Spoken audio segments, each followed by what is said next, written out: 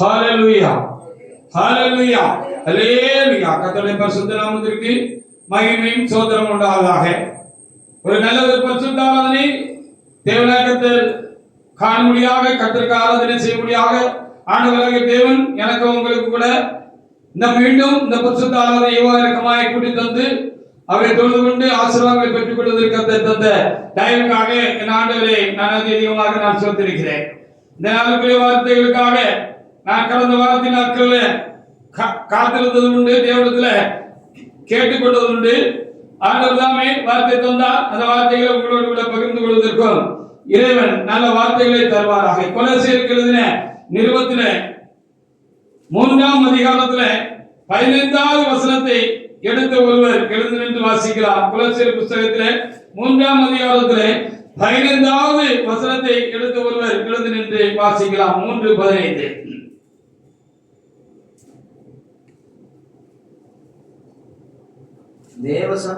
தேவ சமாதானம் உங்கள் இதயங்களில் ஆளக்கடவது. தேவ சமாதானம் உங்கள் இதயங்களில் ஆளக்கடவது. இதற்கென்று நீங்கள் ஒரே சரீரமாக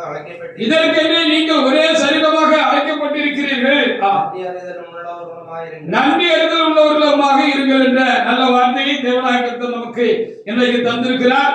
என்ன சொல்லுகிறார், நமக்கு என்ன போதனை வைத்திருக்கிறார் என்பதை ஆண்டவர் தாமே நமக்கு நல்ல வார்த்தைகள் மூலமாக அனுக்கிரகம் பண்ணி ஆசீர்வதித்து தருவாராக. கொலோசியர் புத்தகத்திலே 3ஆம் அதிகாரம் 15வது வசனம், தேவ சமாதானம் உங்கள் இதயங்களில் ஆளக்கடவது. இதற்கென்றே நீங்கள் ஒரே சரீரமாக அழைக்கப்பட்டீர்கள், நன்றி அறிந்துள்ளவர்களாக இருங்கள் என்று ஆண்டவர் தருகிற வார்த்தைகளுக்காக நான் என் தேவனை நான் சோத்திருக்கிறேன். நாம் தேவனுடைய பிள்ளைகளாக இருக்கிறோம்.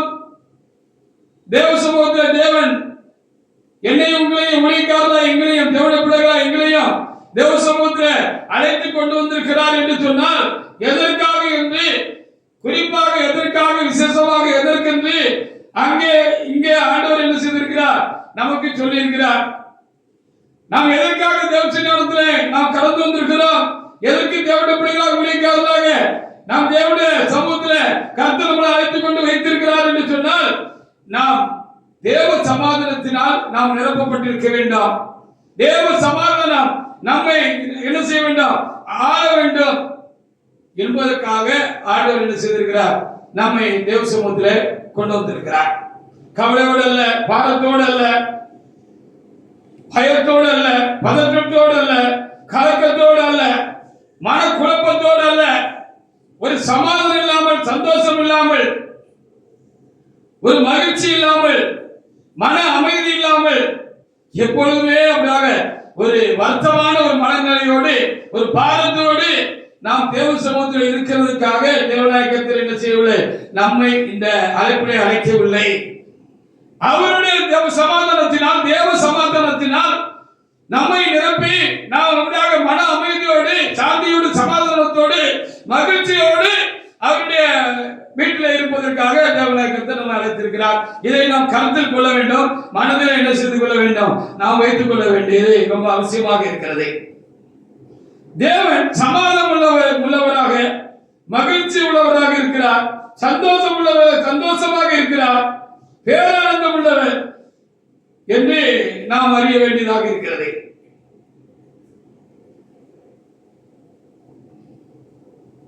அதாவது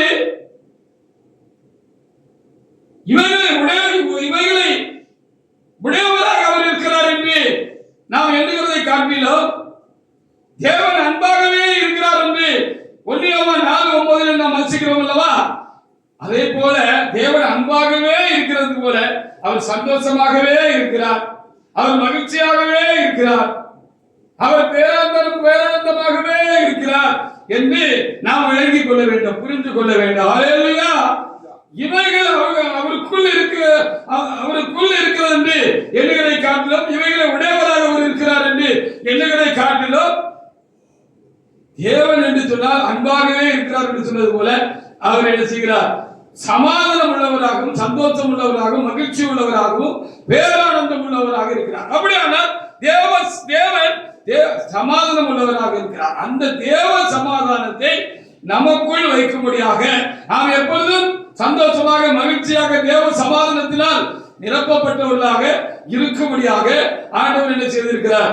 சமாதானம் இல்லாமல் இருந்த என்னையும் உங்களையும் தேவனுடைய வீட்டுக்கு கொண்டு வந்திருக்கிறார். அதற்காக தான் தேவன் எனக்குள்ள வந்திருக்கிறார். சமாதானமாகவே தேவன் இருக்கிறார் சொல்லப்படவா? அந்த சமாதானத்தை தேவன் எனக்குள்ளாக வந்திருக்கிறார். ஒன்னியவன் 4:9 அப்படித்தானே நம்ம வாசிக்கிறோம். வாசிக்க தேவன் ஒரே பேரான குமாரனாலே நாம் பிழைக்கும்படி. ஒன்னியவன் 4:9 நம்முடைய ஒரே தேவன் அன்பாகவே இருக்கிறார் வசனம். நம்பர் மாறி இருந்தால் மாறி இருக்கு. வாசிக்க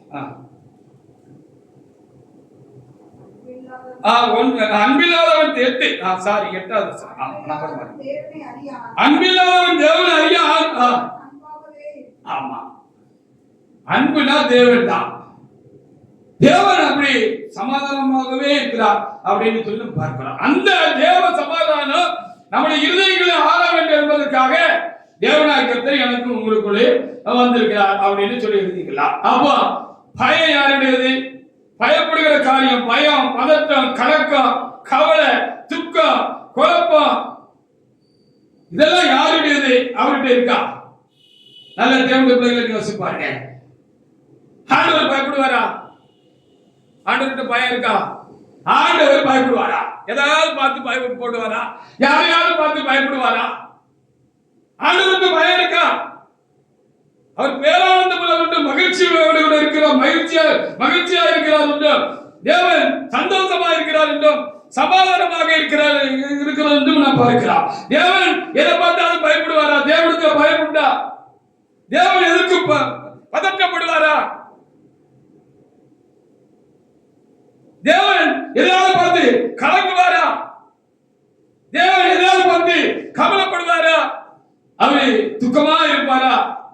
அவருக்குள்ள குழம்புவாரா? குழம்பு இருக்கா அப்படின்னு சொன்னா அது அவருக்கு தெரியல. இதெல்லாம் நமக்குள்ள இருக்கக்கூடாது என்பதற்காக தான் அந்த தேவ சமாதானம் என்ன செய்திருக்கிறது? இந்த தேவ சமாதானம் நமக்குள்ள வந்திருக்கு. அப்போ நம்மளே என்ன செய்யணும்? அந்த தேவ சமாதானத்தினால் ஆளப்பட வேண்டும். அப்படி ஆளப்பட்டால் நம்ம பயப்பட மாட்டோம், பதற்றப்பட மாட்டோம், கலக்கடைய மாட்டோம். நமக்குள்ள குழப்பம் அப்படிப்பட்ட காரியங்களா இருக்கு. அப்ப இது யாருடையது? மார்க் 1:23-24. இது தேவனுடையது அல்ல என்றால் இது யாருடையது? வாசிக்க பார்ப்போம்.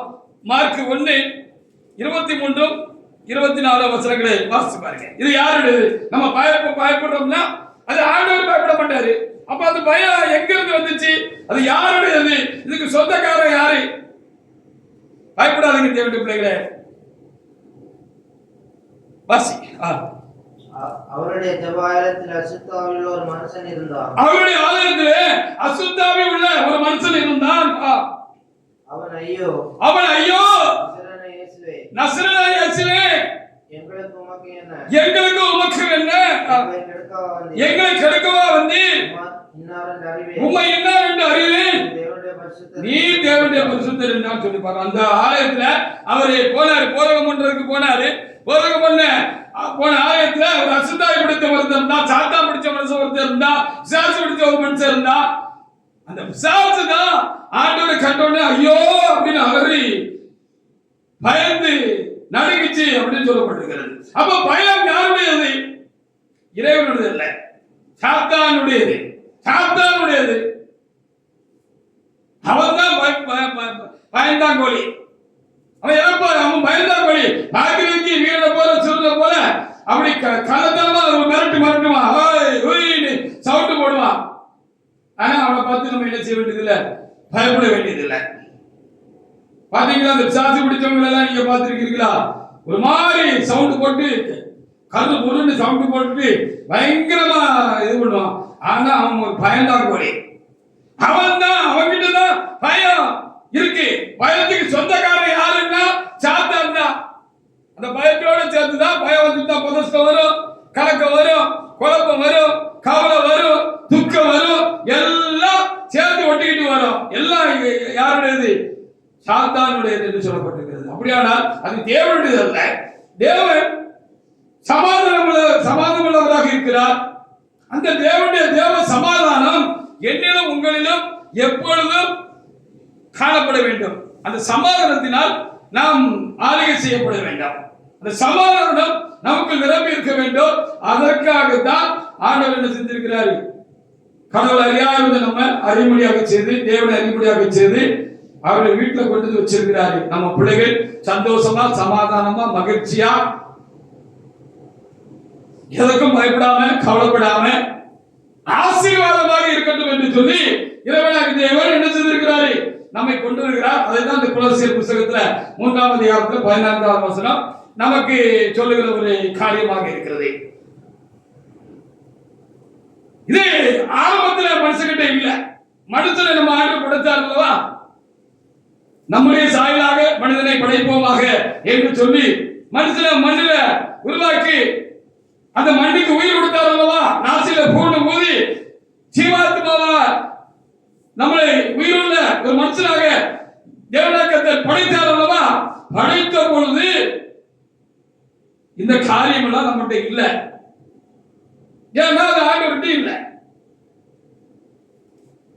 ஆண்டவர் பயப்பட மாட்டார், பசுக்கப்பட மாட்டார், கலக்கப்பட மாட்டார், கவலை அடைய மாட்டார், துக்கப்பட மாட்டார், குழப்பம் அவர்கிட்ட இல்லைன்னா சொன்னது போல இல்லாதது எப்படி அவர் ஒரு சிருஷ்டியை உண்டாக்குகிற பொழுது அதுக்குள்ள வைக்க முடியும்?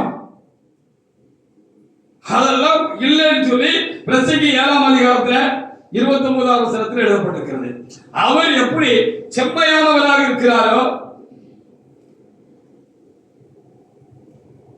நன்மையினால் எப்படி நடந்திருக்கிறாரோ, அப்படி போல மனிதர்களாக நம்மை படைக்கிற பொழுது அவர் என்ன செஞ்சாரா? நம்மை செம்மையா சரியாத்தான் படைச்சாரு.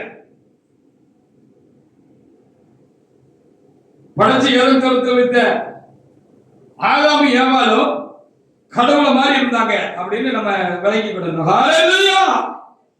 நல்ல பலசாலியா இருந்தாங்க, சரீரத்தில் நல்ல ஆரோக்கியம் உள்ளவர்களா இருந்தாங்க. அந்த முதல் படைப்பு அந்த ஆதாமும் ஏவாளும் ரொம்ப அழகுள்ளவர்களா இருந்தாங்க. வெளியே மாத்திரமல்ல, இன்னமே உள்ளுக்குள்ளே என்ன செஞ்சாங்க? ஒரு ஆன்மீகத்திலும் ஆத்மாவுக்குள்ளேயும் அவங்க என்ன செஞ்சாங்க? ரொம்ப ஆசீர்வாதமானவங்களா இருந்தாங்க. தேவனை போல மகிழ்ச்சியா இருந்தாங்க, தேவனை போல சமாதானமா இருந்தாங்க, ரொம்ப ஆசீர்வாதமா இருந்தாங்க. தேவனை போலவே அவர்கள் ஆசீர்வதிக்கப்பட்டவர்களாக இருந்தாங்க. தேவன் ஆசீர்வாதமா இருக்கிறார் அல்லவா? அது போல அவர்கள் ஆசீர்வதிக்கப்பட்டவர்களாக இருந்தாங்க.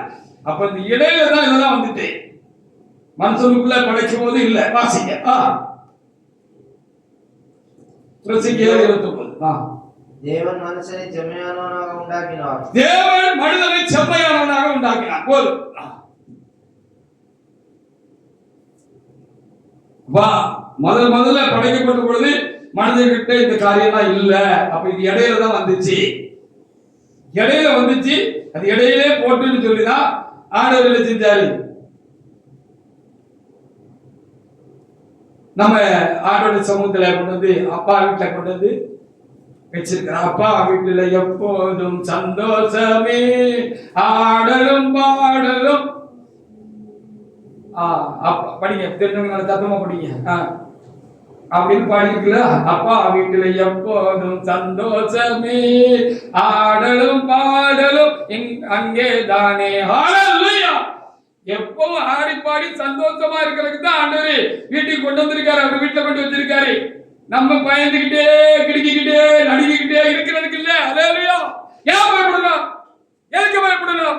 யாருக்கு பயப்படணும்? சாத்தானுக்கா? மனுஷனுக்கா? அவனுடைய மிரட்டலுக்கா? பயமுறுத்தலுக்கா?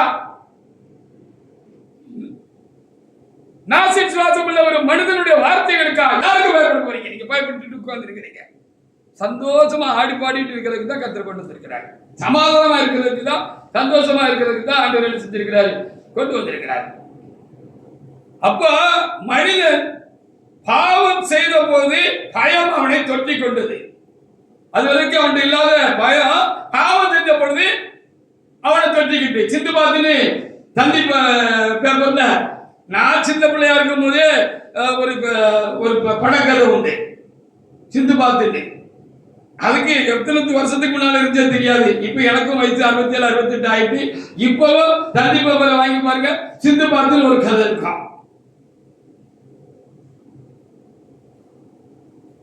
அத மாதிரி அந்த சிந்துபாது கதையில ஒரு கிழவன் வருவான்.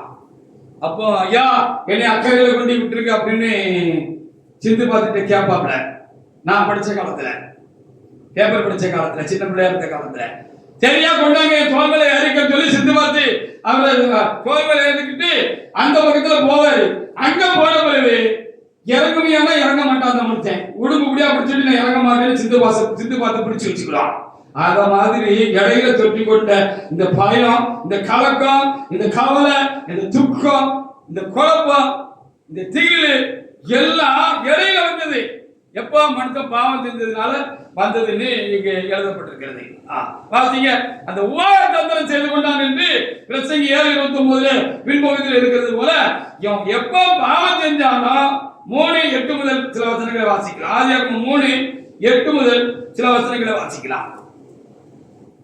மனுஷன் கீழ்ப்படியாமை காட்டின பொழுது ஆண்டவருக்கு செவி கொடுக்க விருப்பம் இல்லாமல் தான் இஷ்டப்படி நடக்கணும்னு எப்ப நினைச்சானோ அப்ப அவனுக்குள்ள சாத்தா வந்துட்டான். சாத்தானுடைய காரியங்களும் உள்ள வந்துட்டு அதான் பயம். அப்ப பயப்படுகிறவன் அன்பிலே பூர்ணப்பட்டவன் அல்ல என்று வேதத்தில் எழுதப்பட்டிருக்கிறது. நம்ம ஆண்டவர் மேல சரியான அன்பு வச்சிருந்தோம்னா, அவர் மேல சரியான விசுவாசம் நம்பிக்கை இருந்தோம்னா, நாம் பயந்து சாகக்கூடாது, பயந்துகிட்டே இருக்கக்கூடாது. பயப்பட வேண்டாம். ஏன் பயப்படுறீங்க? பயப்படாதீங்க அப்படின்னு நான் ஆண்டவர் சொல்லுகிறார். எதுக்கு பயப்படலாம்? யாருக்கு பயப்படலாம்? வாசிங்க. ஆதியாகமம் 3:8 முதல் சில வசனங்களை வாசிக்கலாம். பகலில் குளிர்ச்சியான வேளையிலே தோட்டத்தில் உள்ள அவருடைய தேவனுடைய கர்த்தருடைய சத்தத்தை அவர்கள் கேட்டார்கள். பகல்ல எப்பவும் ஆண்டவர் அவங்களும் சாகரம் என்ன செய்வாங்க? ஒன்னா கூடி மாடி குழாவி கொள்வாங்க, சந்தோஷமா இருப்பாங்க.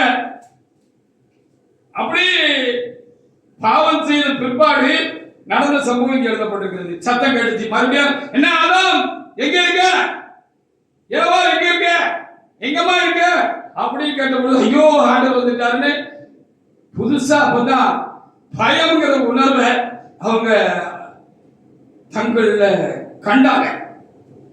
பயங்கர உணர்வு அவங்களுக்குள்ள வந்துச்சு, இருந்துச்சு, வந்து இருக்கிறத அவங்க கண்டாங்க அப்படின்னு நம்ம காண வேண்டியா இருக்கு. வாசிங்க.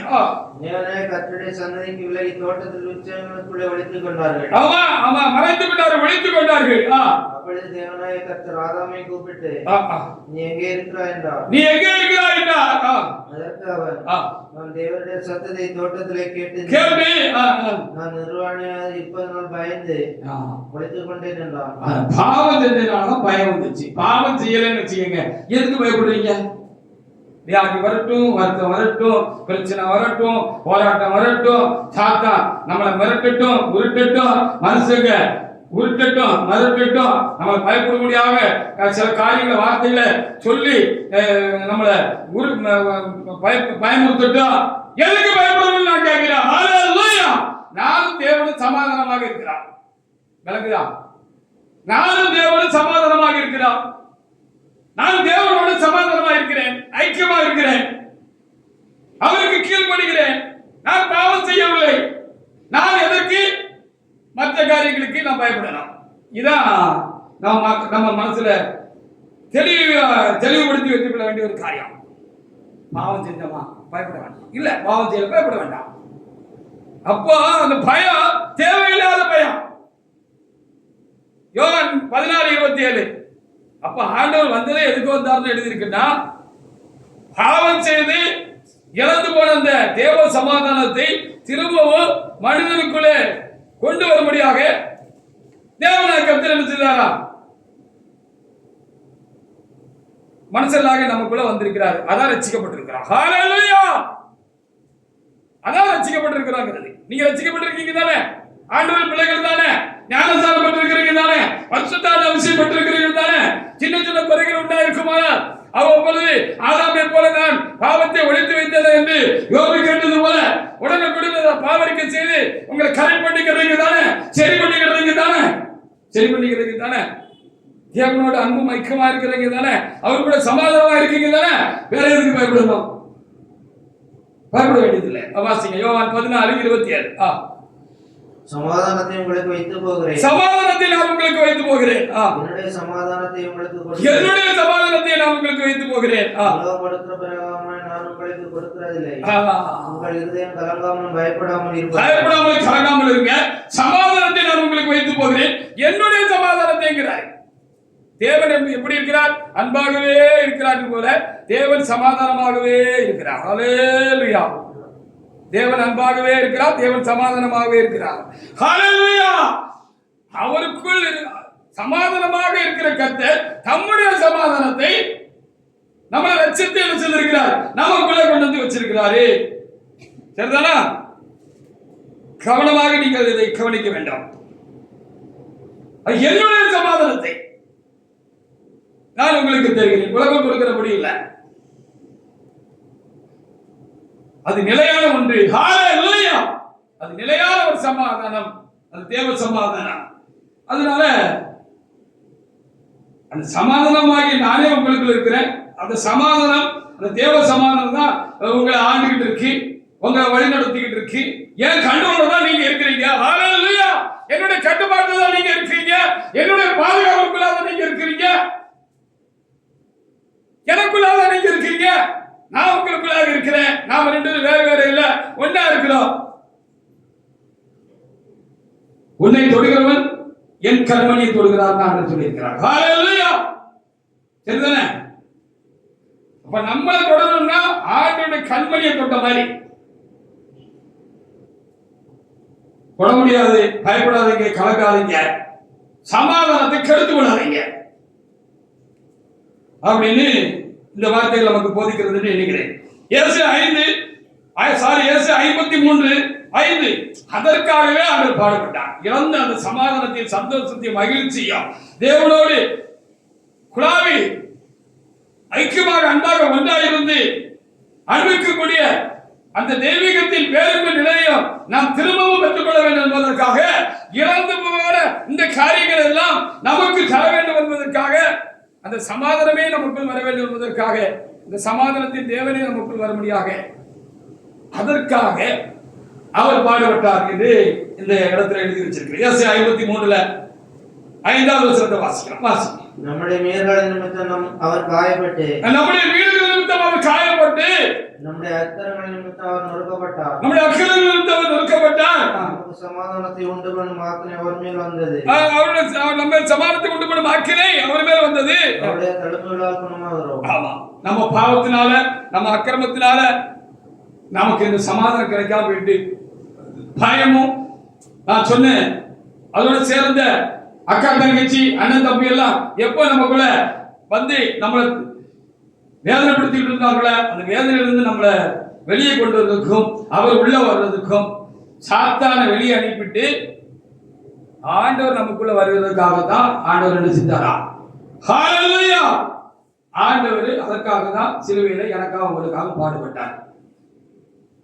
சாத்தானை நமக்குள்ள இருந்து துரத்திட்டு ஆண்டவர் நமக்குள் வாசப்படும்படியாக, நம்மை ஆளும்படியாக, அந்த சமாதானமாகிய தேவன் நம்மளை ஆளும்படியாக அதற்காக அவர் என்ன செஞ்சாரு? காயப்பட்டாரு, அவர் அடிக்கப்பட்டாரு அப்படின்னு நம்ம விளக்கி விடணும். நல்ல மனசுல வச்சுக்கிடுங்க. ஹல்லேலூயா, ஹல்லேலூயா. அப்ப மறுபடியும் நம்ம ஆண்டவர் நமக்குள் இருக்க, நாம் ஆண்டவருக்குள் இருக்க நம்ம பயந்தோம்னா சாத்தான் உள்ள பூந்துருவான். பூந்து ரொம்ப ரொம்ப ரொம்ப நம்மளை எழுந்துக்கிறோம், பயமுறுத்தி, பயங்காட்டி, கலக்கி, குழப்பி, நான் ஏற்கனவே சொன்னது போல நம்மளை படாத பாடுபடுத்திட்டு இருப்பான். மனசுக்குள்ள இருந்து மனம் படாத பாடுபட்டு இருக்கோம். ஹல்லேலூயா. அப்ப பயப்படாதீங்க. பாவம் செய்யல தானே, அறிக்கை செய்ய வேண்டியது ஒன்றும் நீங்கள் மறைத்து வைத்திருக்கவில்லை என்றுதானே, இல்லை தானே? ஆண்டவருக்கு பயந்து நடக்கிறீங்க தானே, பயபக்தியா இருக்கிறீங்க தானே, வேலைக்கு பயப்படுறோம். ஹல்லேலூயா. ஆண்டவரை மீறி யாரு நமக்கு என்ன தீங்கு செஞ்சிருவா?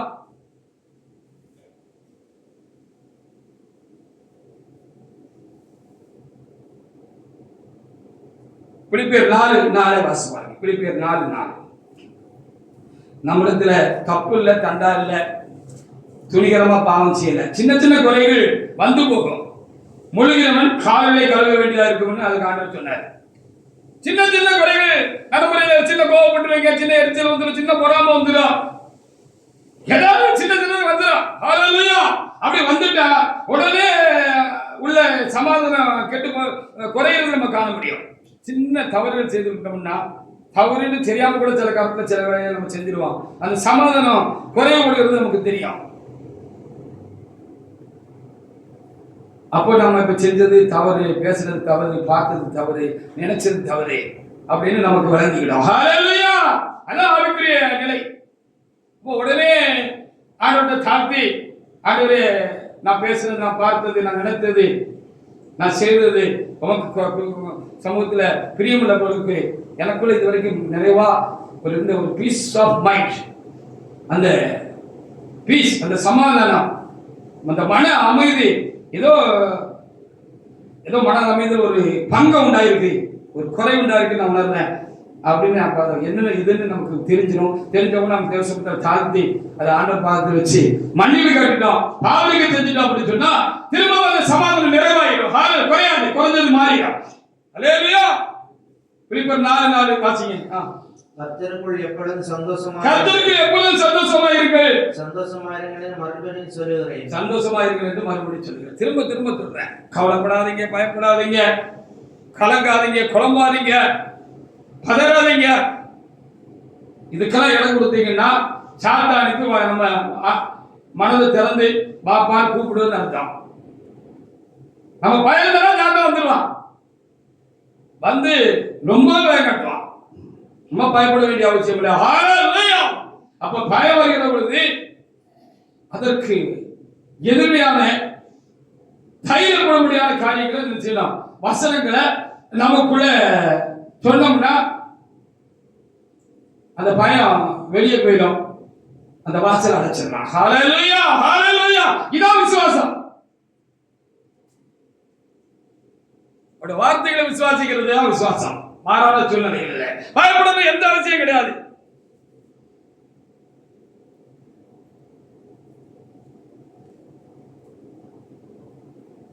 அப்போ ஏன் பயப்படுறோம்? இந்த தேவ சமாதானமே நமக்குள்ள இருந்து நம்மை ஆண்டு கொண்டிருக்க, நம்மை ஆளுகை செய்ய, நம்ம நடத்த நம்ம ஏன் பயப்படலாம் அப்படின்னு சொன்னா, நம்ம யாருங்கிறதையும் நமக்குள்ள இருக்க தேவன் யாருங்கிறதையும் குறித்து சரியான ஒரு நாலேஜ் அல்லது இந்த அறிவு நமக்கு இல்லை அப்படின்னு அர்த்தம். அப்போ நம்ம தெளிவா இருந்து விடணும். மார்க் 8ஆம் அதிகாரத்தில் 23 முதல் சில வசனங்களை வாசித்து பாருங்கள். மார்க் 8:23.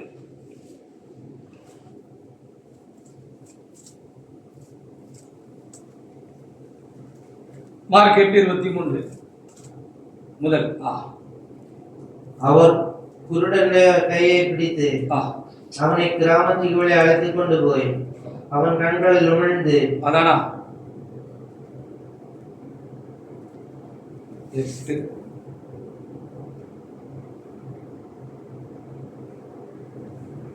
நம்பர் மாறி இருக்குது. அதாவது என்ன வசனமா எடுத்தா சொல்லுங்க, மாத்தி நான் எழுதியிருக்கிறேன் அப்படின்னு நினைக்கிறேன். அதாவது படகுல போய்கிட்டு இருப்பாங்க, ஆட்டோவும் அவங்களும் படகுல போய்கிட்டு இருப்பாங்க. அப்ப திடீர்னு பெருங்காற்று உண்டாகிவிடும். அப்போ அவங்க, ஐயரே நாங்கள் முங்கி போகிறது உமக்கு இஷ்டமான காரியமோ அப்படின்னு சொல்லி அவங்க பதறி பயந்து ஆண்டவரை இழுப்பாங்க. அப்போ அவரு காட்டை கதவை பார்த்து என்ன செய்வாரு? இறையாதே, அமைதியாருன்னு சொல்லுவாரு. சொன்ன உடனே சொல்லிட்டு சொல்வாரு, அற்ப விசுவாசிகளே ஏன் பயப்பட்டீர்கள் என்று சொல்லி கேட்பார். வசனம் எங்க இருக்குன்னு பாத்தீங்களா? நம்பர் மாறி இருக்கு இல்லைன்னா. அதற்காக நாம் ஆண்டவரை நாம் சோத்திரிப்போமாக. தேவசமுத்திரம் வந்திருக்கிறார். தேவனுடைய பிள்ளைகளே, நம்ம யாரு? நமக்குள்ள இருக்கிறவர் யாரு? அவருக்கு நமக்கு இருக்கிற நெருக்கம் என்ன, ஐக்கியம் என்ன? சாரி, மத்தேயு 8, நான் தான் வாசிக்கும் போது தப்பா வாசிட்டேன். மத்தேயு 8:23. மத்தேயு 8:23 வாசிங்க. அவர் படவில் ஏறின போது அவர் படவில் ஏறின போது சீசர்கள் அவருக்கு பின் சென்று ஏறினார்கள். பின் சென்று ஏறினார்கள். அப்பொழுது படகு அலையினால் மூலம் ஆமா பயப்படக்கூடாத ஒரு சூழல் வந்துச்சு. ஆனா பயப்படக்கூடாதுன்னு ஆண்டவர் சொன்னாரு. ஹalleluya. அந்த மனுஷன் இப்படி ஒரு வார்த்தை சொன்னா அதை நினைச்சாலே எனக்கு பயமா இருக்கு, கிடுக்கமா இருக்கு. பயப்பட முடியாத வார்த்தை சொல்லட்டும், பயப்பட முடியாத சூழ்நிலை இருக்கட்டும், சாத்தா நம்மளை மிரட்டட்டும், மனிதர்கள் நம்ம மிரட்டட்டும், பயப்பட முடியாத சூழ்நிலை தான். இங்க பயப்பட முடியாத சூழ்நிலை தான். வாசிங்க. அப்பொழுது படகு அலையினால் மூடத்தக்கதாய் கடலில் பெருங்காற்று உண்டாயிற்று. ஆமா முங்கிடுவோங்கிற மாதிரி தான் இருந்துச்சு. கண்டிப்பா அந்த ஆளு சொன்ன வார்த்தை முடிதான் நடக்கு அப்படின்னு பயப்படுற மாதிரி தான் நடக்குன்னே வச்சுக்கோங்களேன். ஏன் பயப்படணும்? ஹalleluya. பயப்படுகிறதுனாலே அது நடக்கும். அதான் நான் உங்களுக்கு முக்கியமா சொல்றேன். பயப்படுகிறதுனாலே அது நடக்கும். வாசிங்க. அவரோ நித்திரையாயிருந்தார். ஆமா அவரு படகுல போனாரு. படகுல ஆண்டவர் இருந்தாரு, சீசர்கள் இருந்தாரு. ஆண்டவர் என்ன செஞ்சாரு? சமாதானம் உள்ளவர். அதனால எதை குறித்து கவலைப்படல. இந்த பேதுரு ஒழுங்கா படவை ஓட்டுவானா இல்ல ஒழுங்கா ஓட்டாம எங்கேயா கொண்டு பாறையில கொண்டு இடிச்சிருவானா, கவிழ்ந்துருமா அப்படிங்கிற பயம்லாம் ஆண்டவருக்குள்ள. பாத்தீங்களா? இதான் சமாதானமா இருக்கிறது. ஹalleluya. வாழ்க்கையில நாம கடந்து போகிற பொழுது எதை குறித்தும் கவலைப்படாமல் கலங்காமல் இருக்கிறதா சமாதானமாக இருக்கிறது சொல்லி அர்த்தம். ஹalleluya. சரி இது நடக்கு, ஆண்டவர் அனுமதிச்சிருக்கிறார், நடக்கு. வழக்குதா? அதுல இருந்து ஏதோ ஒண்ணு நம்ம கத்துக்கொள்றதுக்காக இந்த குறைவையோ இந்த வியாதியோ இந்த பலவீனத்தையோ இந்த சூழ்நிலையோ இல்ல நமக்குள்ளேயோ குடும்பத்திலேயோ பிள்ளைகளுக்கோ ஆண்டவர் அனுமதிச்சிருக்கிறாரு, நம்ம வணங்கி விடலாம். வாசிங்க. அப்பொழுது சீசர்கள் வந்து அவரை எழுப்பி, ஆண்டவரே எங்களை ரட்சியும், மடிந்து போகிறோம் என்றார்கள். அதற்கு அவர் அற்ப விசுவாசிகளே ஏன் பயப்படுகிறேன் என்று சொல்லி எழுந்து காற்றையும் கடலை அதட்டினார். உடனே மிகுந்த அமைதல் உண்டாயிற்று. அப்போ பயப்படுவோம். பயத்தின் ஆவி நம்மளை பிடிச்சு வச்சிருக்கு அப்படின்னா நம்ம பலமான விசுவாசி இல்லையா, நம்ம அற்ப விசுவாசி. அற்ப விசுவாசின்னு சொல்லியிருக்காரு. அற்ப விசுவாசிகளே நீங்கள் ஏன் பயப்படுகிறீர்கள்? ஹalleluya. என்று தேவன் சீசர்களை பார்த்து அப்போஸ்தலரை பார்த்து கேட்டார். அற்ப விசுவாசிகளை கூப்பிட்டார்.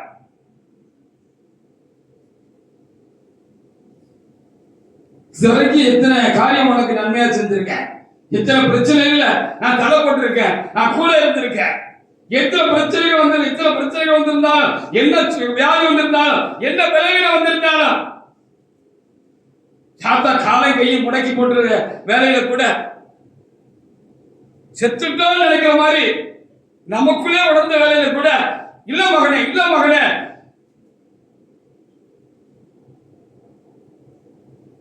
உனக்கு நான் ஜீவன் தருகிறேன் என்று சொல்லி செத்துட்டோன்னு முடிவுக்கு போன நம்மை கூட சாகல மகளே இன்னும் உனக்கு என் சமூகத்துல வேலை இருக்கு அப்படின்னு சொல்லி நமக்கு ஜீவனை கொடுத்து இப்படியோ பிரச்சனைகளை கத்த தீர்த்திருக்கிறார் தானே. அப்போ பெரிய பெரிய காரியத்தெல்லாம் தாண்டி வந்தாச்சு. இப்ப இருக்கிறது அற்பமான காரியம் தான். இப்ப இருக்கிற ரொம்ப லேசா சின்ன காரியம் தான். ஹalleluya. இதெல்லாம் கடந்து வந்த பிறகு நம்ம பயப்படக்கூடாது. ஹalleluya. ஆண்டவருடைய அற்புதங்களையும் அடையாளங்களையும் சுகமாக்கும் வரங்களையும் பேய்களை ஓட்டுகிற காரியங்களையும் பிசாசுகள் கண்டு நடுங்குகிற காரியங்களையும் சப்பானிகள் நடக்கிறதையும் குருடர்களை காண்கிறதையும் செவிடைகளை கேட்கிறதையும் திமிர்வாதக்காரர்கள் எழுந்து நடக்கிறதையும் செத்து போனவங்க உயிரோடு எழுப்பி வருகிறதையும் இந்த சீச்சர்கள் பார்த்துருந்தாங்க. பார்த்த சீச்சர்கள் தான் இப்போ படகுல அலை மோதி படகு முங்கிருங்க போல இருக்கும் பொழுது அந்த படகே கவிழ்ந்தாலும் நம்மளை ஆண்டவர் காப்பாற்றிடுவார்கள். அந்த விசுவாசம் இல்லாம போயிட்டு பாத்தீங்களா? அதனாலதான் அற்ப விசுவாசிகளே ஏன் பயப்பட்டீர்கள் என்று ஆண்டவர் கேட்டார். பயப்படுகிறது என்று கேட்டார். ஹalleluya. அப்ப பயம் தேவனுடையது அல்ல, பயம் சாத்தானுடையது. சாத்தானே பயப்படுவனாக இருக்கிறான், பயப்படுகிறவனாக இருக்கிறான். நம்ம பயந்தா அவன் உள்ள வந்துடுவான். அப்போ பயப்படக்கூடாது என்பதுதான் செய்தியா. எதற்கும் பயப்பட வேண்டாம், என்னத்துக்கும் பயப்படணும், எதுக்கும் பயப்பட வேண்டாம். சங்கீதம் 33 3 முதல் 6 வரைக்குள்ள வசனங்களை வாசிக்கலாம். ஆனா பாவம் இருந்தால் சரி செய்து கொள்ளணும், அவ்வளவுதான். ஏற்கனவே சொன்னது போல அப்படி சங்கீதக்காரர் எழுதி வைத்திருக்கிறார் பாருங்க. சங்கீதம் 33 3 முதல் 6 வரைக்குள்ள வசனங்களை வாசிக்கலாம். பயப்பட வேண்டியது இல்லை, பயப்படாதீங்க, தைரியமா இருங்க.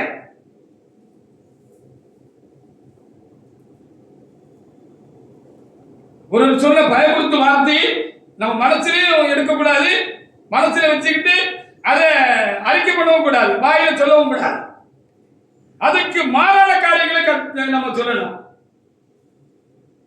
யாரோ மிரட்டி இருக்காங்க, ஒரு தாவீது ராஜா மாதிரி ஒரு பரிசுத்தவான்ல மிரட்டி இருக்காங்க, ரொம்ப மிரட்டி இருக்கிறாங்க. பார்த்துக்கோ, என்கிட்ட மோதாத, பார்த்துக்கோ, நான் மோசமான ஆளு, பார்த்துக்கோ அப்படின்னு மிரட்டி இருக்கிறாங்க. டக்குனு ஒரு பயம் வரதான் செய்யணும்னு ஒரு வேலை வச்சுக்கோங்களேன். அந்த பயத்துக்கு இடம் கொடுத்துடக்கூடாது.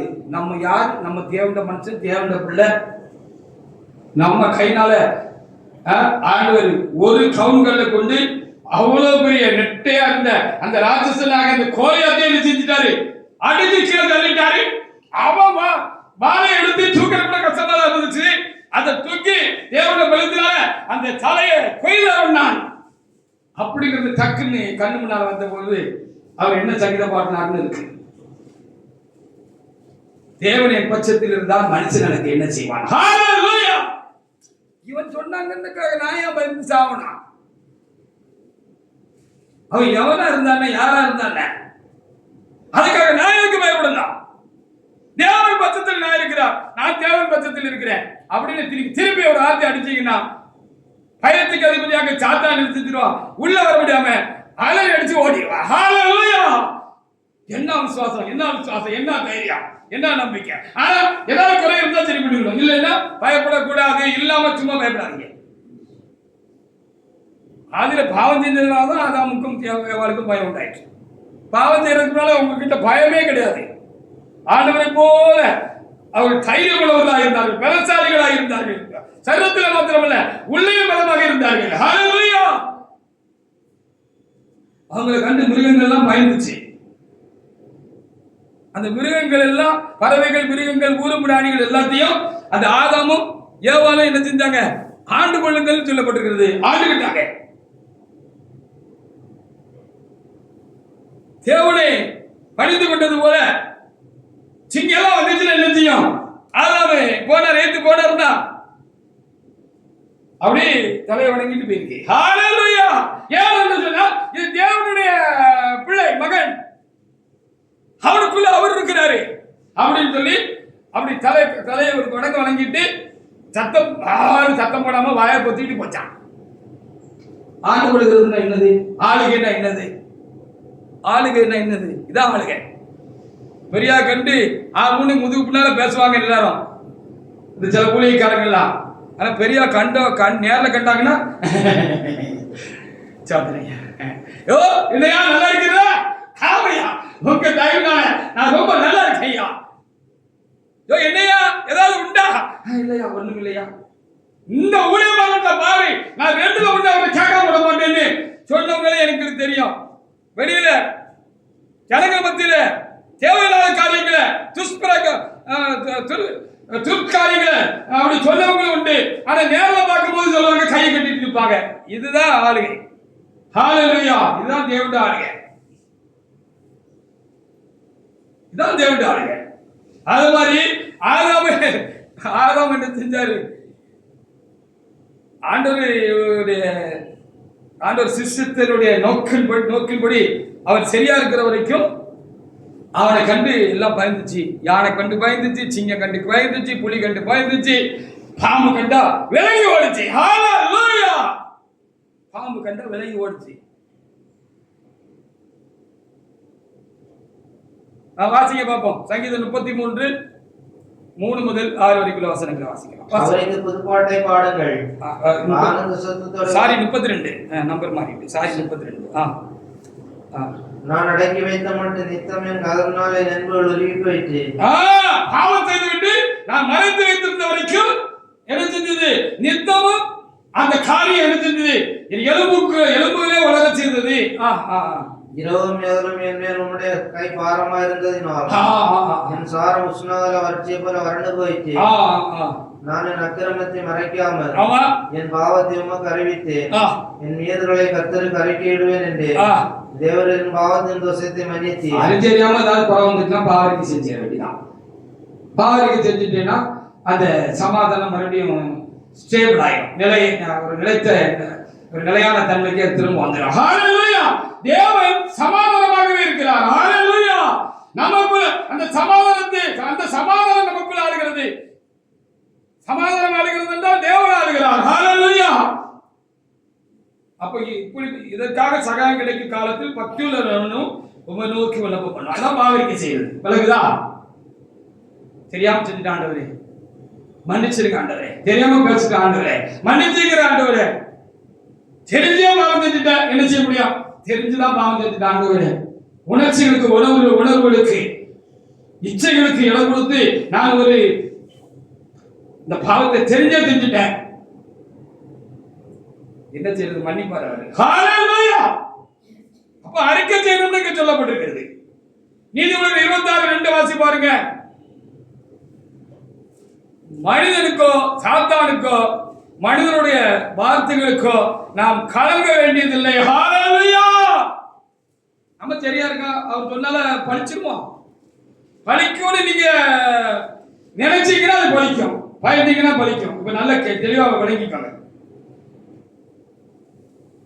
நீதிமொழி 26:2 அடைக்கலங்குழி அலைந்து போவதும் போகிறது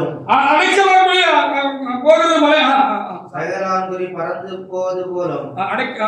தகலாங்குறி பறந்து போகிறது போலவும் காரணமில்லாமல் சாபம் தகாது.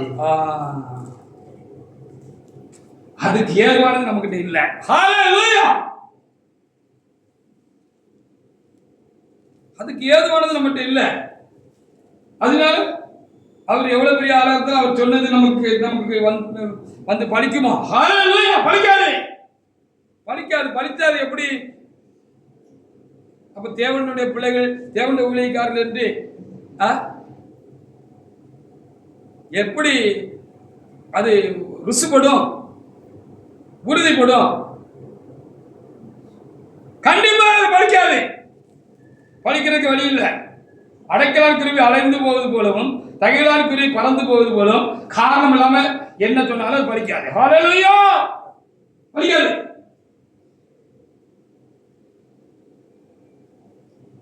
யோபு 3:25 வாசி பாருங்க. யோபு 3:25.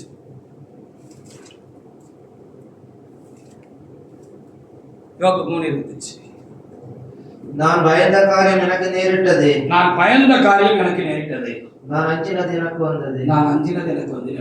ஹalleluya!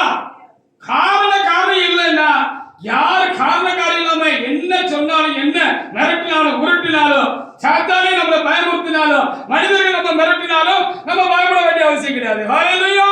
பயப்படாதீங்க. அதான் இன்றைக்கு செய்தி. பயப்படாதே. இந்த ஊழியத்துக்கு வந்த ஆரம்ப காலங்கள்ல தூத்துக்குடியில இருந்து எனக்கு அருமையான, எனக்கு ரொம்ப நெருக்கமாக ஒரு சகோதரன் சகோதரி வந்திருந்தாங்க தூத்துக்குடியில இருந்து. அன்னைக்கு பயப்படாதேன்னு ஒரு செய்தி. ஹalleluya! இன்னைக்கும் அந்த மாதிரி ஒரு பவரான ஒரு செய்தியை நான் உணர்கிறேன். முற்றிலும் தேவ ஆவியானவர் என்னை ஆட்கொண்டு பலப்படுத்தி அவர் உள்ள இருந்து தீர்க்கமாக பேசுகிறது எனக்குள் நான் உணர்கிறேன். ஹalleluya! அன்னைக்கு இப்படிதான் திடமா வார்த்தைகள் வந்துச்சு.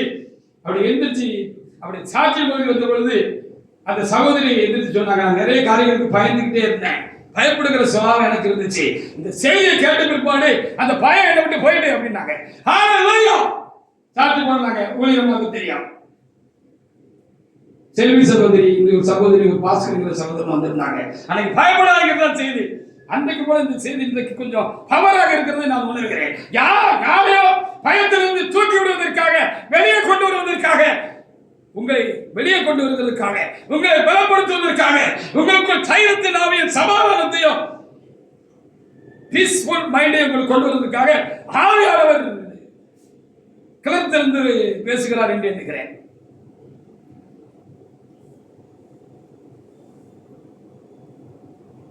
அப்போ நீங்க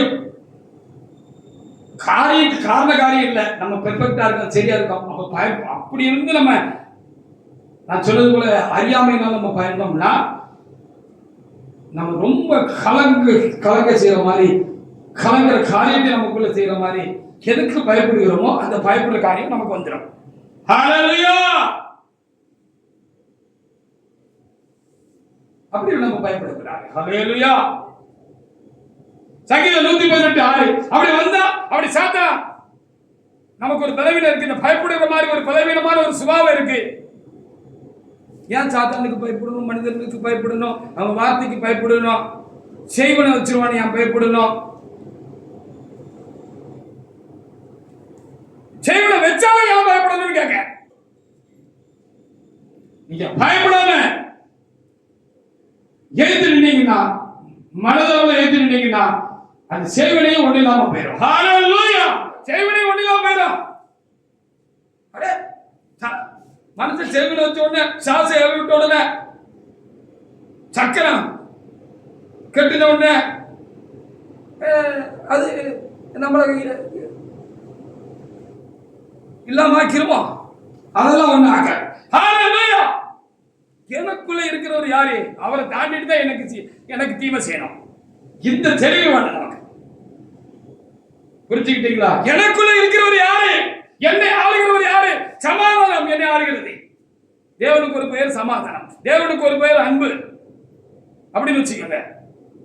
தேவன் என்னை ஆளுகிறார், சமாதானம் என்னை ஆளுகிறது.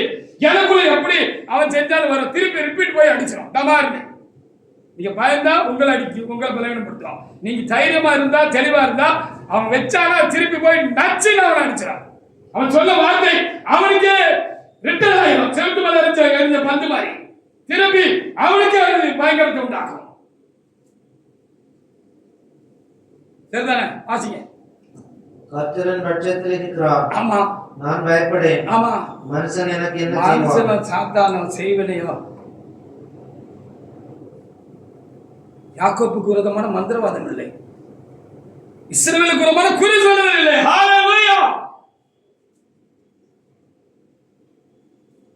சபையில ஒரு சகோதரர் இருந்தாரு. அவரு நான் சொல்றது, நான் ரசிக்கப்பட்ட ஆரம்ப காலங்கள்ல தூத்துக்குடிக்கு ஒரு சகோதரர் வந்தார்.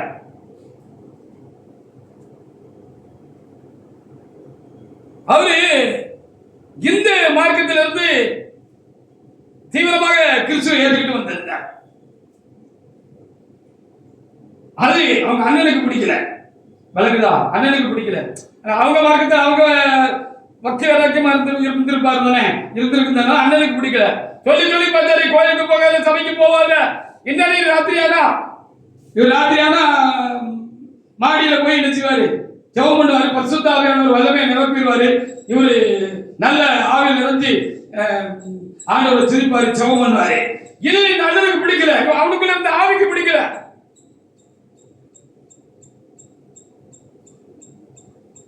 சொல்லி பார்த்தா கேட்கல. சொந்த அண்ணனே என்ன செஞ்சுட்டாங்க? கொல்லிட வேண்டியதான். இவன் என்ன செஞ்சிடணும்? கொல்லிட வேண்டியதான்.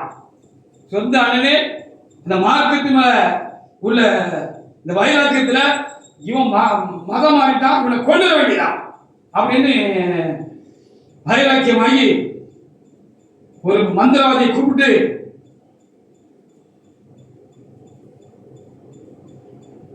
என் தம்பியை கொண்டு உனக்கு இவ்வளவு பணம் தாரேன் அப்படின்னு சொல்லி பணம் காசுலாம் கொடுத்து அந்த ஆளு சரிப்பா 8 நாளுக்குள்ள அந்த தம்பி என்ன செஞ்சிடும்? போயிடுவான் அப்படின்னு சொல்லி ஆவிகள் அனுப்ப ஆரம்பிச்சுட்டான்.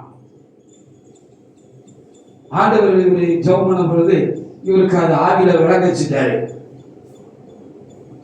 உங்க அண்ணன் உனக்கு விரோதமா உன்னை கொல்றதுக்கு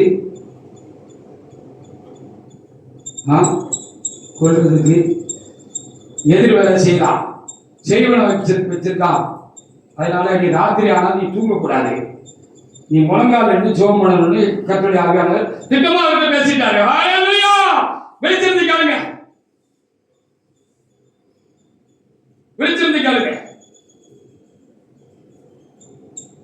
இரத்த கோட்டைக்குள்ளே நான் நுழைந்து விட்டேன், இனி எதுவும் அணுகாதே, எந்த தீங்கும் தீண்டாதே. இரத்த கோட்டைக்குள்ளே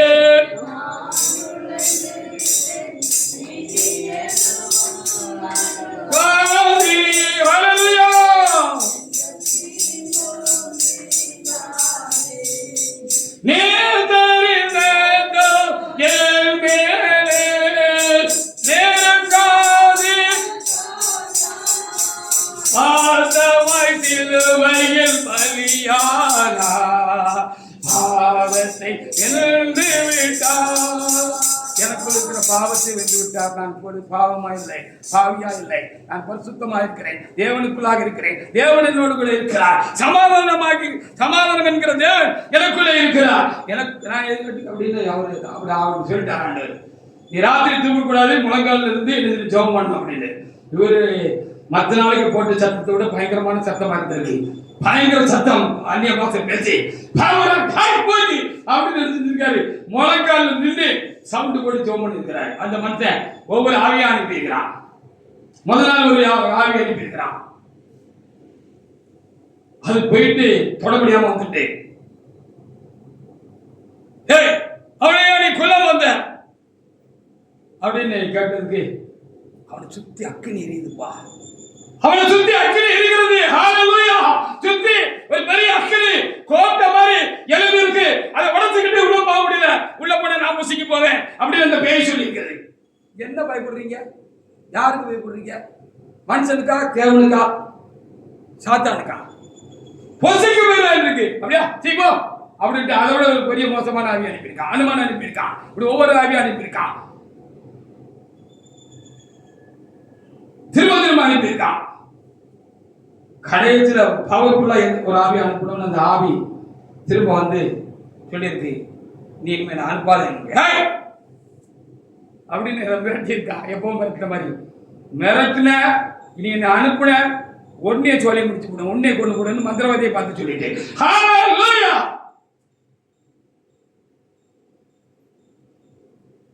அந்த மந்திரவாதியை அவர் தம்பி கூப்பிட்டு சொல்லியிருக்காப்ல, உங்க அண்ணன் சொன்னா, ஆனா உன் கடவுள் பெரிய கடவுளுப்பா,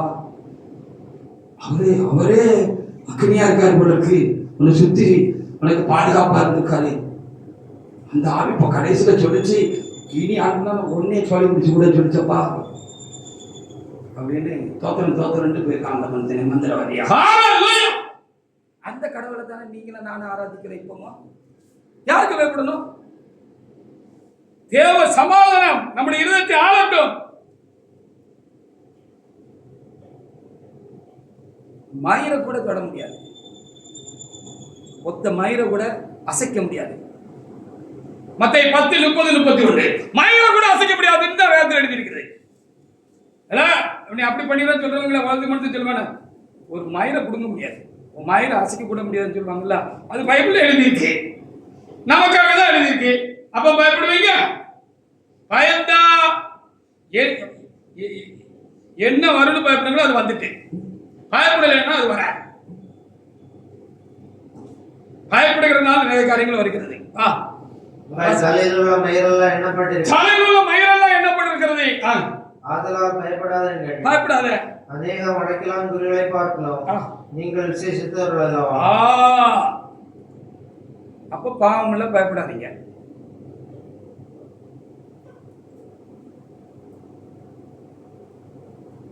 அப்போ பாவத்தினால பயம், நமக்கு நம்மளுக்குள்ள சமாதானம் கெட்டு போகும், பயம், இந்த கலக்கம் இதெல்லாம் வரும்னு சொன்னோம். அப்ப வேற எண்ணத்தினால வருங்கிறதை நம்ம பார்த்துட்டு இவங்களுக்கு விலைக்கு நம்மளை காத்துக்கிட்டு தைரியமா இருப்போம்னு சொல்றேன், தைரியமா இருக்கேன்னு சொல்றேன்.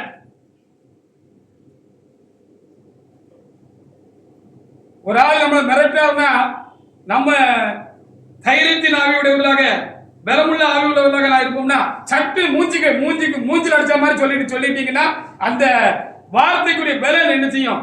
இல்லாம போயிடும். அது பிசு போயிடும். பிசு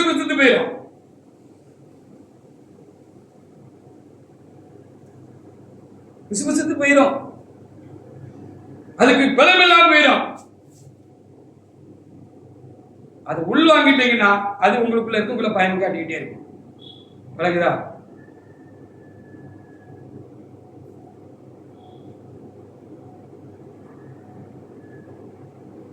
பயங்கரமான காரியம் நடக்கும் ஒரு ஆள் சொல்லுதுன்னு வச்சுக்கிடுவோமே, ஒரு பேச்சுக்கு பயங்கரமான காரியம் நடக்கும் சொன்னா அதெல்லாம் உடனே நடக்காதியா. ஏன் எனக்கு என்ன பாவம் செஞ்ச? நீதி சரியில்லை, நீங்க உங்களுடைய நீதி சரியில்லை, உங்களுடைய நியாயம் தெரியல, நீ ஆளு கண்டு ஆளு செய்யல, ஆளு கண்டு ஆளு பேசுற. இன்னைக்கு நான் வேணும்னா எனக்கு சார்பா பேசுற, இன்னைக்கு என்னை விட இன்னைக்கு அவங்க முக்கியமானவன ஆயிட்டான்னு சொன்னா அவனுக்கு ஏற்றுக்கிட்டு நீ பேசுற, என்ன புறம்பாக்குற, என்ன ஒதுக்குற, இது எனக்கு பிடிக்கலையா, அதனால நான் இந்த முடிவுக்கு வந்தேன் அப்படின்னு நீங்க ஏன் சொல்லல?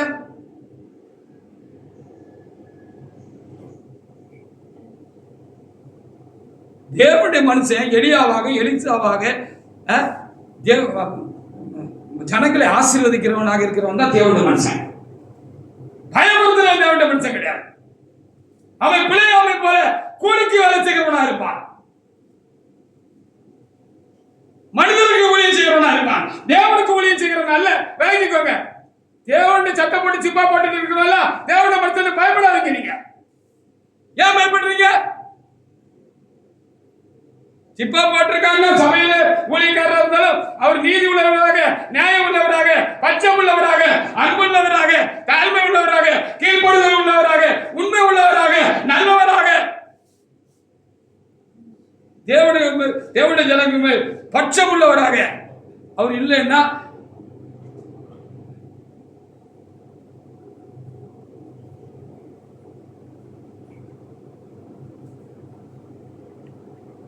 ஒரு ஊழியக்காரனை குறித்து எனக்கு ஒரு காரியம் என்கிட்ட தனியா பேசும்போது சொன்னார். ஐயா, அவரு ஆராதனை செய்யறதுக்கு வாராலியா, கர்த்தர் எனக்கு ஒரு காரியம் காமிச்சாரு, இங்கிட்டும் ஈனு கோரப்பள்ளு தெரியுது அப்படின்னு சொன்னாரு. எனக்கு தெரிஞ்சிச்சியா? நான் சொல்லல, எனக்கு தேவையில்லை. ஏன் பயப்படுறீங்க? அப்படி டக்குன்னு மூஞ்சி அடிச்ச மாதிரி இந்த மாதிரி காரியத்துல தைரியமா வணக்கமா சொல்லிடணும், வணக்கமா சொல்லிடணும். எதுக்கு அப்படின்னு கேட்டு திருப்பி அடிச்சிட்டீங்கன்னா அந்த வார்த்தை அங்கேயே புசிக்கு போய்விடும் உங்களுடைய வார்த்தையினாலே. ஹல்லேலூயா! இந்த வார்த்தை போய் அந்த வார்த்தையை அடிச்சு தள்ளி சாம்பலாக்கி போடும். அதுக்கு ஒரு வல்லம் இருக்காது.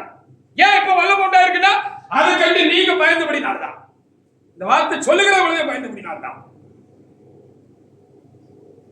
பயப்படாதீங்க.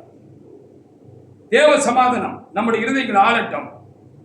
பயம் தேவனுக்குரியதல்ல, அது சாத்தானுடையது. நாம் ஏன் பயப்பட வேண்டாம்? சாத்தானுக்கு நமக்கு இப்பொழுது தொடர்பு இல்லை.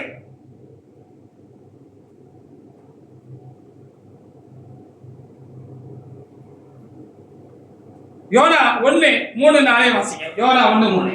அப்போ தேவனுடைய சமூகத்தை விட்டு, தேவ சித்தமான காரியத்தை விட்டு ஒரு ஊழியக்காரனோ தேவனுடைய பிள்ளையோ தேவ சித்தம் என்று அறிந்தும் இப்படி போகிறதும் இப்படி நடக்கிறதும் இதுல இருக்கிறதும் தேவனுக்கு சித்தம் என்று அறிந்தும் அதற்கு மாறான காரியத்தை துணிந்து செய்கிற பொழுது ஊழியக்காரனா இருந்தாலும் அந்த விசுவாசியா இருந்தாலும் சமாதானம் கிட்ட போயிடும். நினைவேல போய் என்ன சொன்னாரு? அந்த மக்களுக்கு சுவிசேஷ போய் என்ன செய்ய, அந்த நினைவே பட்டத்தை நான் கவுத்து கூட போறேன்னு நீ அங்க போய் அறிவிக்கணும்னு சொன்னாரு. இவருக்கு அவர் அறிவினா அறிவிச்சுட்டு போயிடணும், இருந்தா இருக்கணும், போனா போகலாம், பேசுனா பேசணும், பேசாதுன்னா பேசக்கூடாது, பேசுனா கூட பேசாம இருக்க கூடாது, பேசிடணும். சரிதானா?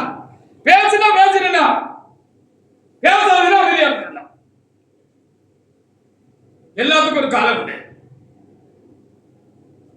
இவர் போக மாட்டேன்னு சொன்னாரு, அதனால சமாதானம் கெட்டு போச்சு. அவருக்கு மாத்திரம் அவருக்கு கூட இருந்த கப்பல் இருந்த எல்லாருக்கும் சமாதானம் கெட்டு போச்சு. வாசிக்க. அப்பொழுது யோனா கர்த்தருடைய சந்நிதியினின்று விலகி தர்சீசுக்கு ஓடி போகும்படி எழுந்து யோப்பாவுக்கு போய் தர்சீசுக்கு போற கப்பலை கண்டு கூலி கொடுத்து தார் கர்த்தருடைய சந்நிதியினின்று விலகும்படி அவர்களோடு தர்சீசுக்கு போக கப்பல் ஏறினான். கர்த்தர் மேல் பெருங்காற்றை பரவிட்டார். அதனால் கடலிலே கப்பல் உடைமை நினைக்கத்தக்க பெரிய கொந்தளிப்பு உண்டாயிற்று. ஆமா, சமாதானம் இல்லாம பாவத்தினால, கீழ்ப்படியாமையினால, கர்த்தருடைய சித்தத்துக்கு எதிர்த்து நிற்கிறதுனால, தேவ சித்தத்துக்கு மாறாக நாம் ஊழியக்காரர்களாக இருந்தாலும் சுய சித்தம் செய்வதற்கும் நீ என்ன சொல்றது நான் என்ன கேட்கறதுன்னு சொல்லி எதிர்த்து நின்று நம்ம இஷ்டப்படி நடக்க ஆரம்பிச்சு போனோம் சொன்னா சமாதானம் போயிடும். ஹல்லேலூயா. எரேமியா 14:10 வாசித்து பாருங்க. எரேமியா 14:10. அதனால நம்ம கால்களை நம்ம மனதையும் நாம் அடக்கிக் கொள்ள வேண்டும். விசுத்தமாக ஊழியர்கள் ரொம்ப கவனமாக இருக்கணும். இஷ்டப்படி எதையும் செய்யக்கூடாது நம்ம நினைக்க கூடாது. மனம் போன போக்கில கால் போகலாமா, கால் போன போக்கில மனம் போகலாமா அப்படின்னு ஒரு பாட்டு உண்டு. ஒரு கவிஞன் பாடி இருக்கிறான். அந்த காலத்து சினிமா பாட்டு தான். அப்போ நம்ம மனசுக்கு பின்னால போக கூட, கால் போறதுக்கு பின்னால மனசு போக கூடாது. நம்ம கால்களை நம்முடைய மனதை அடக்கிக் கொள்ள வேண்டும். ஹல்லேலூயா. அடக்காம அலையாதே. நீ அலைந்தே சொன்னால் உனக்குள் சமாதானம் இல்லை. அந்த தேவ சமாதானம் இல்லை. தேவ சமாதானம் உன்னை ஆளாது. சமாதானம் உன்னை ஆளாது. தேவன் உன்னை ஆள மாட்டார். வாசிங்க 14:10. நீ 14:10. அவர்கள் தங்கள் கால்களை அடக்கிக் கொள்ளாமல் அவர்கள் தங்கள் கால்களை அடக்கிக் கொள்ளாமல் அலை வருவார்கள் என்று கர்த்தர் அந்த ஜனத்தை குறித்து சொல்லுகிறார். ஆகையால் கர்த்தர் அவர்கள் மேல் பிரியமாயிராமல் இப்பொழுது அவர்கள் அக்கிரமத்தை நினைத்து அவர்கள் பாவங்களை விசாரிப்பார். சுயசமான ஆராதனை செய்யாதே. மனசு மாம்சம் சொல்லுகிறபடி ஊழியம் செய்யாதே. உன் மனதை பின்பற்றி நீ நடக்காதே. அப்படி உன் சமாதானம் கெட்டு போகும். சமாதானம் இருக்காது உள்ளுக்குள்ள. சரி, இதெல்லாம் இல்லைன்னா கண்டிப்பா நீங்க என்ன செய்யக்கூடாது, பயப்படக்கூடாது, தைரியமா இருங்க. இந்த வார்த்தை உங்களுக்குள்ள பிரவேசித்து உங்களுக்கு காணப்படும் அந்த தேவையற்ற காரியங்களை கடிந்து அப்புறப்படுத்தி போடுவதாக. ஹல்லேலூயா. தைரியத்தின் ஆவினாலும், பலத்தின் ஆவினாலும், வல்லமையின் ஆவினாலும், சந்தோஷத்தின் ஆவினாலும், மகிழ்ச்சி ஆவினாலும், சமாதானத்தின் ஆவினாலும் கர்த்தர் உங்களை நிரப்புவாராக. ஹல்லேலூயா. நிரப்புவாராக. அப்படி வருதுன்னா ஏற்கனவே சொன்னது போல இப்படி எதிராக நம்ம செய்ய வேண்டியதை செய்யணும். நல்லறிக்கை செய்யணும். அதோடு கூட 1 பேதுரு 5:7 வாசிக்கலாம். 1 பேதுரு 5:7. அதுக்கு மேலேயும் அது நம்மளை ரொம்ப அழுத்துது, நம்மளை ரொம்ப அதிகமா வேதனைப்படுத்துது அப்படின்னு சொன்னா என்ன செய்யணும்னு இங்க ஆலோசனை சொல்லப்படுகிறது. அது திரும்ப திரும்ப நம்மளை அழுத்துது, மிரட்டுது, பயமுறுத்துது. நம்ம பயப்பட முடியாமல் காரியத்தை உண்டு பண்ணுதுன்னா என்ன செய்யணும்? வாசிக்கலாம். 1 பேதுரு 5:7. அவர் உங்களை விசாரிக்கிறவனானபடியால் உங்கள் கவலைகளை அவர் மேல் வைத்து விடுங்கள். தெளிந்த புத்தியுள்ளவராயிருங்கள். விழித்திருங்கள். ஏனெனில் உங்கள் சாசனவன் கர்சிக்கிற சிங்கம் போல் எவரை விழுங்கலாம் என்று வகை தேடி சுற்றி திரிகிறார். விசுவாசத்தில் உறுதியாயிருந்து அவனுக்கு எடுத்து நில்லுங்கள். பாவம் இல்லாமலும் பாவம் இல்லாமல் கீழ்ப்படியாமை காட்டாமல் தேவனுக்கு பயந்து நடக்கிற ஒரு மனிதனையும் சாத்தான் என்ன செஞ்சிடலாம்? கலக்குன்னு கலக்கி தள்ளி விட்டுடலாம். எப்போ? பயப்படுகிற பொழுது. ஹல்லேலூயா. பயப்படுறது தான் எனக்கெல்லாம் நிறைய பயப்படுறதுக்கு நிறைய காரியம் இருக்கு. அப்போ அப்படி கலக்கத்துக்கு ஏதுவான காரியம் அப்படி முன்னால வந்து மிரட்டுது அப்படின்னு சொன்னா நான் என்ன செய்வேன்னா, இல்ல ஆவிக்குரியவர்கள் என்ன செய்வார்கள் என்று சொன்னால் அவர் உங்களை விசாரிக்கிற அவர்கிட்ட கொண்டு போய் அந்த காரியத்தை வச்சிருவேன். வா ஹல்லேலூயா அப்படின்னு கொண்டு வச்சு இறக்கி வச்சுட்ட உடனே கர்த்தர் மேல் ஒரு பாரத்தை வைத்து விட்டு அவர் உன்னை ஆதரிப்பார். அந்த பாரத்தை கொண்டு அங்க வச்ச உடனே எனக்கு லகு உண்டாயிரும். அந்த சமாதானம் திரும்ப ரீட்டைன் ஆயிரும். ஹல்லேலூயா. அந்த தேவ சமாதானம் திரும்பவும் என்னை ஆள ஆரம்பித்து விடும்.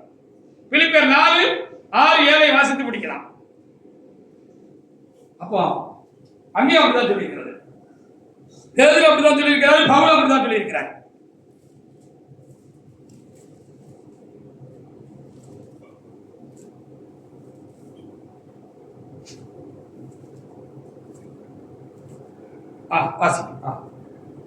நீங்கள் ஒன்றுக்கும் கவலைப்படாமல் எல்லாவற்றையும் குறித்து உங்கள் விண்ணப்பங்களை ஸ்தோத்திரத்தோடு எதுவா இருந்தாலும் உங்கள் தேவனுக்கு தெரியப்படுத்துங்கள். அப்பொழுது எல்லா புத்திக்கு மேலான தேவ சமாதானம் உங்கள் இதயங்களையும் உங்கள் சிந்தனைகளையும் கிறிஸ்து இயேசுவுக்குள்ளாக காத்துக்கொள்ளும். அப்புறம் அந்த பயம்லாம் போயிடும். பீஸ் ஆஃப் மைண்ட்னு சொல்லுவாங்க ஆங்கிலத்தில். இந்த அமைதியான மனோநிலை, மனோபாவம் நமக்குள்ள அப்படி உண்டாகிவிடும். ஹல்லேலூயா. அந்த தேவ சமாதானம், இந்த சமாதானத்தில் தேவன் நம்மை நிரப்ப ஆரம்பித்து விடுவார். அப்பொழுது நாம் மனரம்யமாக இதற்கும் பயப்படாமல் கலங்காமல் அந்த பயத்திலிருந்து வெளியே வந்து தொடர்ந்து எல்லாவற்றையும் மேற்கொள்ளக்கூடிய பலனையும் சக்தியையும் அந்த சமாதானத்தின் தேவனத்திலிருந்து நாம் பெற்றுக்கொள்வோம். பயப்படுவதற்கு ஏதுவான எல்லா சூழ்நிலையிலும் நாம் பயப்படாமல் கலங்காமல் குழம்பாமல் தைரியமும் பலனும் வல்லமையுமாக தேவ சமாதானத்தினால் நாம் நிரப்பப்பட்டவர்களாக மன ரம்யமாக நம்மை காத்துக்கொள்ள முடியும்.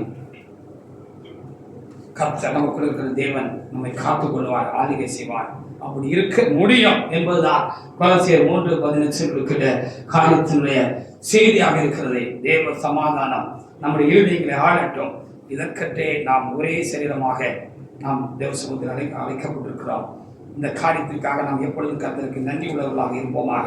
கர்த்தர் இந்த வார்த்தைகளை ஆசீர்வதிப்பாராக. ஆமென்.